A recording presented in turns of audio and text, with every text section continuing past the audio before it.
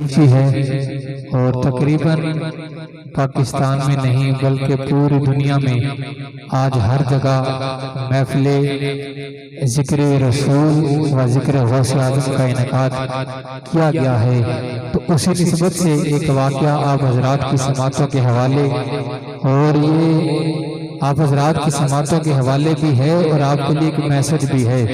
आज यहाँ पे गुलफाम भाई ने नज़ीर साहब ने महफिल सजाई और दोस्त अहबाब जिनको तौफीक हुई वो आ गए, लेकिन वापस वकार एक ऐसी महफिल की मैं आपको एक ऐसा वाक़या सुनाने लगा हूँ कि मिलाद सजा बगदाद शरीफ में बादशाह के महल में। मेरे जुमलों पे लफ्ज़ों पे गौर कीजिएगा।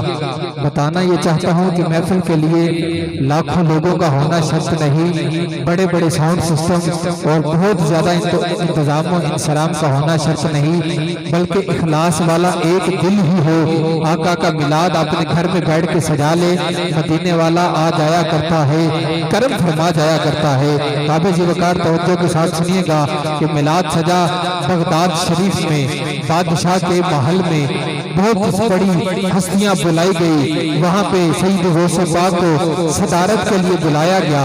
हजरात जी वकार सईद गौसे पाक उस महफिल में पहुंच गए, लेकिन उस महल्ले में एक घर में एक बूढ़ी खतून उसकी बेटी रहती थी। बेटी माँ से कहने लगी, अम्मा जी आज बादशाह के महल में महफिल है, चलो हम वहां चलते हैं। माँ कहने लगी, बेटा हमें वहां नहीं बैठने दिया जाएगा क्योंकि हमारे पास उस तरह का लिबास नहीं तो बादशाह के महल के शयाने शान हो। बेटी जिद करने लगी, माँ को हारना पड़ा, बेटी जीत जाती है। माँ बेटी को साथ लेकर बादशाह के महल की तरफ चल पड़ती है। हजरात जी वकार जब बादशाह के महल के दरवाजे पर पहुंचती है तो वो छुट्टा खड़ा था, दरबार खड़ा था, सिपाही खड़ा था।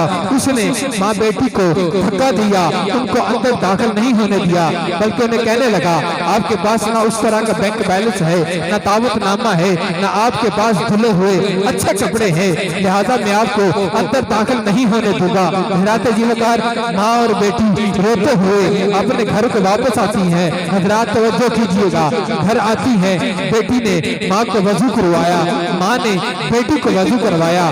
दोनों माँ बेटी मुसल्ला बिछाती हैं, चारबाज बिछाती हैं। हजरात जी वकार 2 रकात नमाज नफल पढ़ती है और नबी करीम रऊफ रहीम ताजदार मदीना सरूर कल्ब व सीना की बारगाह में दरूद व सलाम का नजराना पेश करती है और ये इल्तिजा करती है क्या कि आ बेटा ढोला करा बैठी सारी, आ बेटा ढोला करा बैठी सारी, मैं मुक्ति मुकामा तू जुतियों में हारी।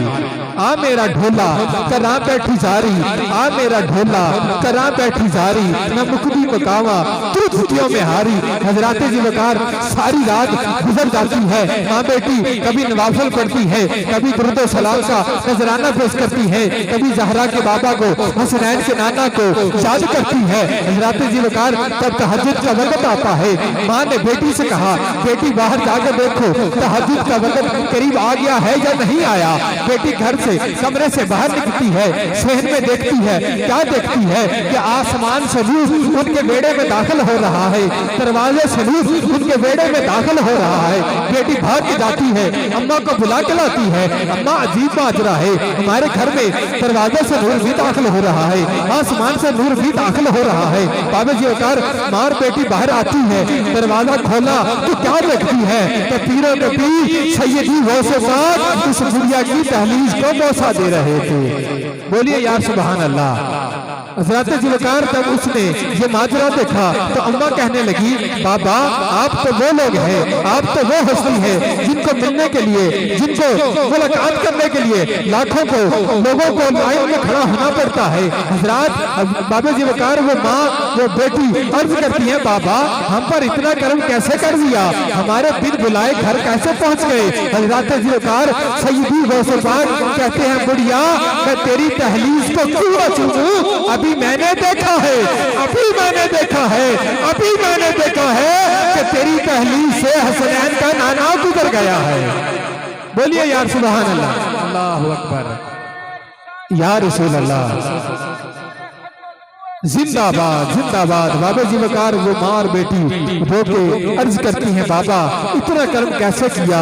حضرت غوث پاک کہتے ہیں عرض کرتے ہیں کہ بیٹی میں تمہاری دہلیز کو کیوں نہ چوموں؟ آج تیری محفل پہ آج جو گھر میں محفل سجائی ایک چھوٹی سا ذکر سجایا اس کا یہ کرم تجھ پہ ہوا ہے کہ حسنین کا نانا زہرا کا بابا تیرے گھر سے گزر گیا ہے۔ حضرات میں آپ کو بتانا یہ چاہتا ہوں کہ کبھی نہ سوچئے گا کہ بڑے بڑے بینک بالش والے لوگ آئیں گے تو ہی محفل کامیاب ہوگی، بڑے بڑے ساؤنڈ سسٹم لگے گے تبھی محفل کامیاب ہوگی۔ میں اب آپ کو یہ دعوت دیتا ہوں کہ جب بھی گھر میں محفل کرائیں تو یہ ضرور سوچا کرے، یہ دل میں تہیہ کر لے کہ ہم نے انشاءاللہ اخلاص کے ساتھ بیٹھنا ہے، اخلاص کے ساتھ محفل سننی ہے۔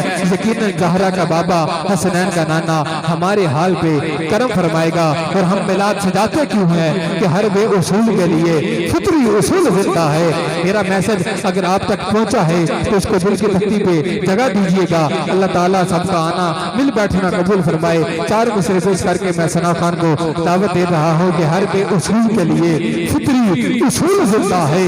ارے رہ کے خاروں کی چبن میں پھر بھی پھول زندہ ہے۔ اور منا کے جشن میلاد ہم بتاتے ہیں زمانے والوں کو، ارے ہم ہی وہ لوگ ہیں کہ جن کا رسول زندہ ہے۔